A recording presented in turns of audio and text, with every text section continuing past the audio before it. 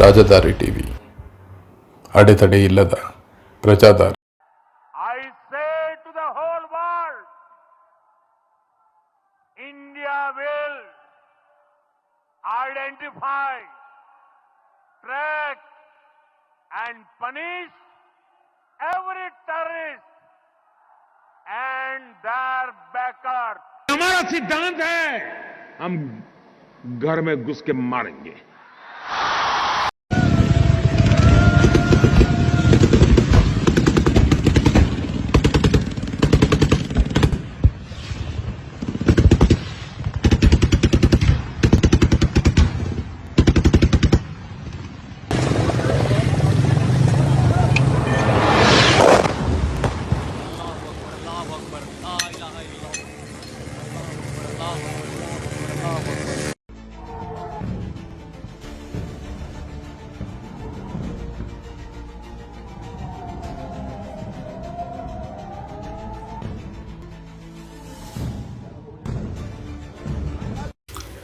ನಮಸ್ಕಾರ ಸ್ನೇಹಿತರೆ, ನಾನು ನಿಮ್ಮ ಪ್ರೀತಿಯ ರಾಜಧಾರಿ ಶ್ರೀನಿವಾಸ್.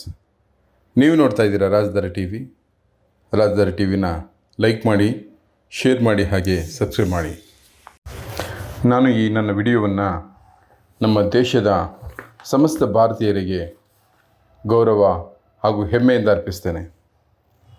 ಭಾರತೀಯರೆಲ್ಲರೂ ಸಹನಶೀಲರು, ಸದಾ ಶಾಂತಿ ಸೌಹಾರ್ದತೆಯ ಬಗ್ಗೆ ಮಾತಾಡುವವರು, ಅಷ್ಟೇ ಅಲ್ಲ ಅದರಂತೆ ನಡ್ಕೊಳ್ಳುವವರು ಸಹ.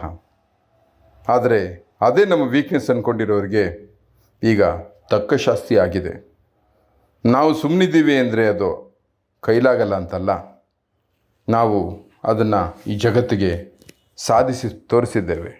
ಭಾರತೀಯರಿಗೇನೋ ಇದರಿಂದ ತೃಪ್ತಿ ಆಯಿತು, ಖುಷಿ ಆಯಿತು, ನೆಮ್ಮದಿ ಆಯಿತು ಅಂತಲ್ಲ, ಅಂದರೆ ಶತ್ರುಗಳ ವೈರಿಗಳ ಸರ್ವನಾಶ ಆಗೋಯ್ತು ಅಂತನೂ ಅಲ್ಲ. ಆದರೆ ಇಲ್ಲಿ ಬದಲಾವಣೆ ಖಂಡಿತ ಬೇಕು. ಇದೊಂದು ಯೋಜಿತ ವ್ಯವಸ್ಥೆ.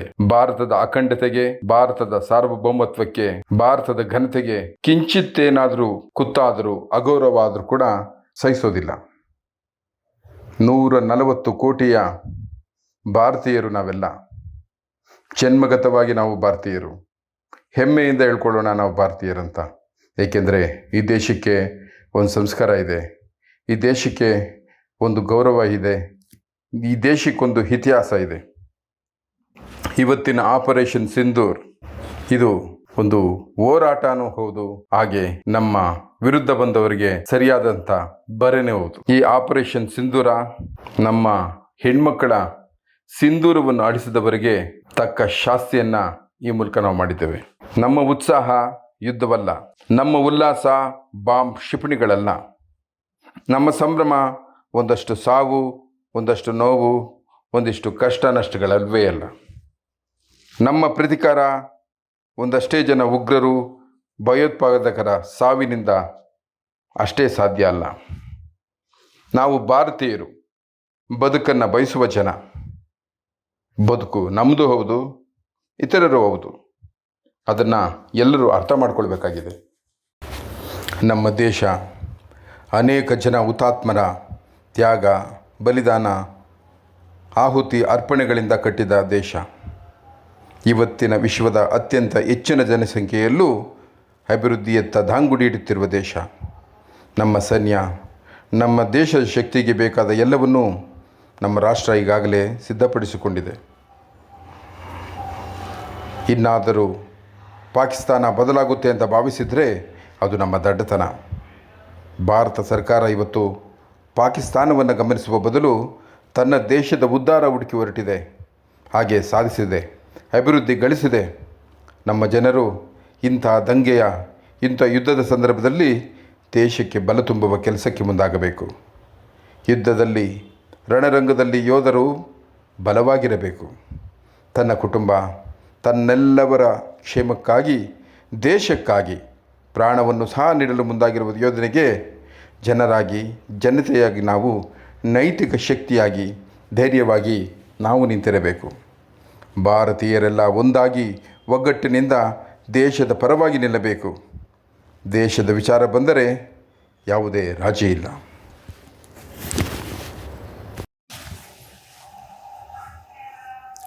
ಭಾರತದ ವಿರುದ್ಧ ಹೊಂಚು ಹಾಕುತ್ತಿದ್ದ ಅನೇಕ ಉಗ್ರರ ಭಯೋತ್ಪಾದಕರ ಶಿಬಿರಗಳ ಮೇಲೆ ಲಗ್ಗೆ ಇಟ್ಟ ಭಾರತದ ಪಡೆ ಸಿಕ್ಕಲ್ಲಿ ಅವರ ಶಿಬಿರಗಳ ಮೇಲೆ ದಾಳಿ ನಡೆಸಿದೆ. ಪಾಕ್ ಆಕ್ರಮಿತ ಕಾಶ್ಮೀರದ 5 ಭಾಗಗಳಲ್ಲಿ ಅಷ್ಟೇ ಅಲ್ಲ, ಪಾಕಿಸ್ತಾನದ 4-5 ಭಾಗಗಳಲ್ಲಿ ತನ್ನ ಸ್ಪಷ್ಟವಾದ ಗುರಿಯೊಂದಿಗೆ ನಮ್ಮ ಸೇನಾಪಡೆ ದಾಳಿ ನಡೆಸಿದೆ. ನಮ್ಮ ಸೇನಾ ಭದ್ರತೆಯಲ್ಲಿ ಅನೇಕ ಸುಸಜ್ಜಿತ ಶಸ್ತ್ರಗಳು, ಆಧುನಿಕತೆ, ಯಂತ್ರೋಪಕರಣಗಳು ಎಲ್ಲವನ್ನು ಒಳಗೊಂಡ ಭಾರತೀಯ ಅಖಂಡ ಶಕ್ತಿಯ ಮುಂದೆ ಶತ್ರು ಗೆಲ್ಲುವ ಮಾತೇ ಇಲ್ಲ. ಒಂದು ಕಡೆ ಶತ್ರುಗಳಿಗೆ ಆಪರೇಷನ್ ಸಿಂಧೂರವಾದರೆ, ಇನ್ನೊಂದು ಕಡೆ ಇಡೀ ವಿಶ್ವಕ್ಕೆ ತನ್ನ ಮೇಲಾದಂಥ ಈ ದಾಳಿಯನ್ನು ವಿವರಿಸಿ ಹೇಳಿರುವ ಭಾರತ ಪ್ರತಿಯೊಂದು ದೇಶದೊಂದಿಗೂ ಕೂಡ ಉತ್ತಮ ಸ್ನೇಹ, ಸೌಹಾರ್ದ ಸಂಬಂಧವನ್ನು ಹೊಂದಿದೆ. ವಿಶ್ವದ ಹಿರಿಯಣ್ಣ ಅಮೆರಿಕ, ಜಪಾನ್, ರಷ್ಯಾ, ಇಸ್ರೇಲ್ ಎಲ್ಲ ದೇಶಗಳು ಕೂಡ ಭಾರತದೊಂದಿಗೆ ನಿಂತು ಈ ಪಾಪಿ ಪಾಕಿಸ್ತಾನಕ್ಕೆ ಪಾಠ ಕಲಿಸುವುದಕ್ಕೆ ಹೇಳಿದ್ದಾರೆ. ಇದು ಭಾರತದ ನೈತಿಕ ವಿಜಯ. ಅಷ್ಟಕ್ಕೂ ಈ ಪಾಪಿ ಪಾಕಿಸ್ತಾನಕ್ಕೆ ಯಾಕಿಷ್ಟು ಭಾರತೀಯರ ಮೇಲೆ ದ್ವೇಷ, ಯಾಕಿಷ್ಟು ಅಸಹನೆ? ಒಂದು ಕಾಲದಲ್ಲಿ ಭಾರತದ್ದೇ ಭಾಗವಾಗಿದ್ದ ಪಾಕಿಸ್ತಾನ ಇವತ್ತು ಭಾರತವನ್ನು ಕಂಡರೆ ಉರಿದು ಬೀಳ್ತಾ ಇದೆ.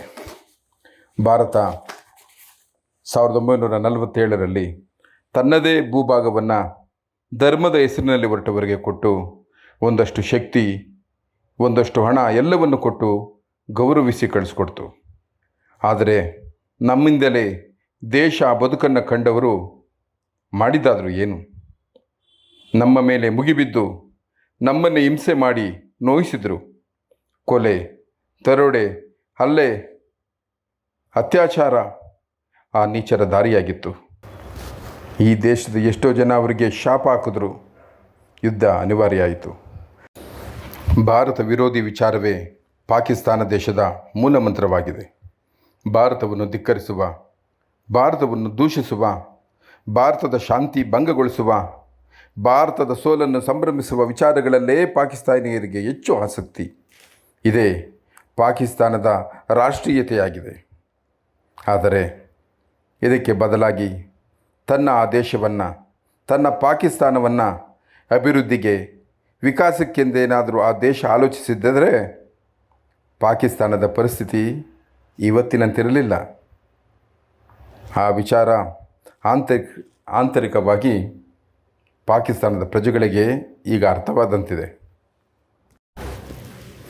ನಮ್ಮ ಭಾರತ ದೇಶದ ಪ್ರಧಾನಮಂತ್ರಿ ಶ್ರೀ ನರೇಂದ್ರ ದಾಮೋದರ್ ದಾಸ್ ಮೋದಿ ಪ್ರಧಾನಮಂತ್ರಿ ದೇಶಕ್ಕೆ ಹೇಗಿರಬೇಕೆಂಬುದಕ್ಕೆ ಮಾದರಿಯಾದಂತಿರುವ ಭಾರತದ ಆಂತರಿಕ ವಿಚಾರಗಳಲ್ಲಿ, ಭಾರತದ ಆಂತರಿಕ ರಾಜಕೀಯ ವ್ಯವಸ್ಥೆಗಳಲ್ಲಿ ಅನೇಕ ವ್ಯತ್ಯಾಸಗಳಿರಬಹುದು. ಆ ವ್ಯತ್ಯಾಸಗಳನ್ನೇ ಲೆಕ್ಕಾಚಾರವಾಗಿ ಭಾರತವನ್ನು ಕಟ್ಟಿ ಹಾಕಬಹುದೆಂದು ನಿರೀಕ್ಷಿಸಿದ್ದ ಶತ್ರುಗಳು ಕಡೆಗೂ ಮಣ್ಣು ಮುಕ್ಕಿದ್ದಾರೆ. ಅಖಂಡ ಭಾರತದ ವಿರುದ್ಧ ಇನ್ನೊಂದು ಮಾತು ಯಾರೂ ಆಡಲು ಸಾಧ್ಯವೇ ಇಲ್ಲ.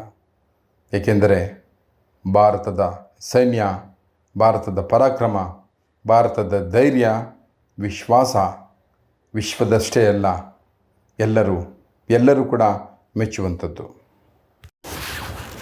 ಆಪರೇಷನ್ ಸಿಂಧೂರ. ಕಾಶ್ಮೀರದ ಪೆಹಲ್ಗಾಮ್ನಲ್ಲಿ ಉಗ್ರರ ದಾಳಿಯಿಂದ ಭಾರತದ 26 ಜನ ಸ್ವರ್ಗಸ್ಥರಾದರು. ಧರ್ಮದ ಹೆಸರಿನಲ್ಲಿ ಹುಡುಕಿ ಕೊಲ್ಲಲಾಯಿತು. 26 ಜನರ ಕುಟುಂಬದ ಹೆಣ್ಮಕ್ಕಳ ಸಿಂಧೂರ ಅಳಿಸಿದ್ದು ಮಾತ್ರವಲ್ಲ, ಭಾರತದ ಸ್ವಾಭಿಮಾನ ಎದೆಯ ಮೇಲೆ ಕಾಲಿಟ್ಟವನ್ನು ಹುಡುಕಿ ಕೊಲ್ಲುವಷ್ಟು ಆಕ್ರೋಶಕ್ಕೆ ಕಾರಣವಾಯಿತು ಕಾಶ್ಮೀರದ ಪೆಹಲ್ಗಾಮ್ನ ಆ ದುರಂತ. ಇವತ್ತು ಆ ಎಲ್ಲವನ್ನು ಸಾಧಿಸಿದ ದಿಟ್ಟತನಕ್ಕೆ ಸಾಕ್ಷಿಯಾಗಿದೆ ನಮ್ಮ ಆಪರೇಷನ್ ಸಿಂಧೂರ. ನಮ್ಮ ಈ ವಿಡಿಯೋ ನಿಮಗೆಲ್ಲ ಇಷ್ಟವಾಗಿದೆ ಎಂದೇ ಭಾವಿಸುತ್ತೇನೆ. ಬನ್ನಿ ಮತ್ತೆ ಸಿಗೋಣ. ನಮಸ್ಕಾರ. ರಾಜದಾರಿ ಟಿವಿ, ಅಡೆತಡೆ ಇಲ್ಲದ ಪ್ರಜಾದಾರಿ.